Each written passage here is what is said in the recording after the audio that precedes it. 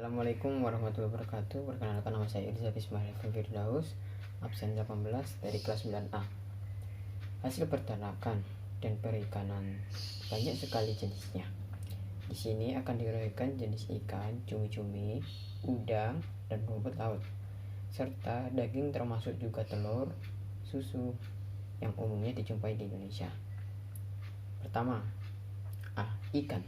Ikan yang banyak hidup di Indonesia berdasarkan ekologinya terbagi menjadi 3, yaitu perairan air tawar, perairan payau, dan perairan laut. Perairan air tawar. Ikan perairan air tawar adalah ikan yang menghabiskan sebagian atau seluruh hidupnya di air tawar seperti sungai dan danau. Ikan yang hidup di perairan air tawar diantaranya ikan lele, ikan mas, dan ikan bawal.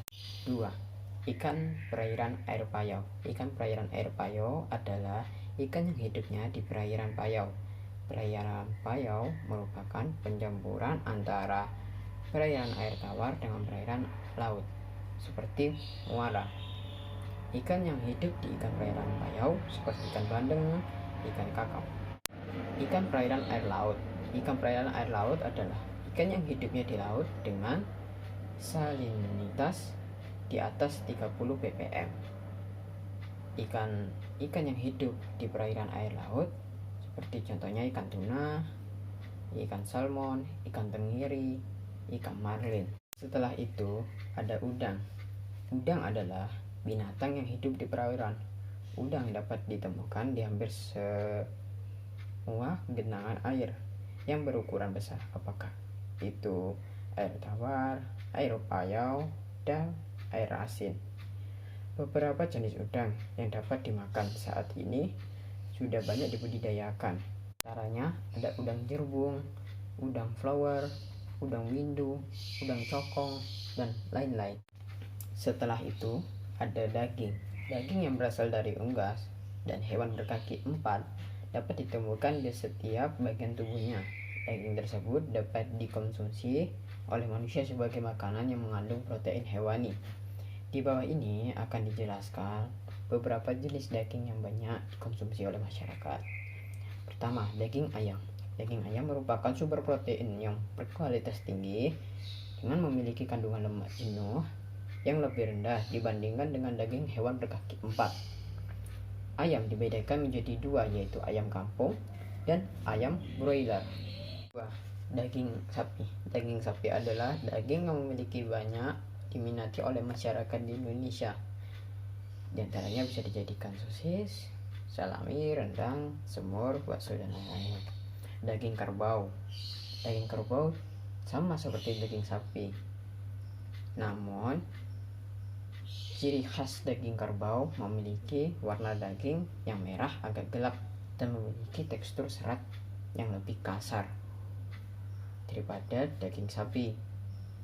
Setelah itu ada daging kambing yang merupakan daging hewani berkaki 4 yang memiliki serat halus dan mempunyai tekstur yang khas yang digemari banyak masyarakat.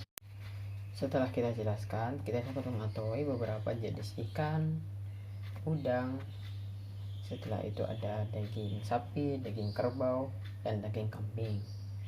Nah, setelah itu kita dapat mengetahui ada metode pengolahan makanan agar menjadi makanan siap saji, yaitu dengan teknik A. Merebus atau boiling, B. mengukus atau steaming, C. menggoreng atau frying. Nah, setelah itu kita dapat mengetahui pada gambar di sini, gambar di antara daging sapi, kerbau, dan kambing dapat diolah menjadi rendang, gulai, sop buntut, sate, krengsengan.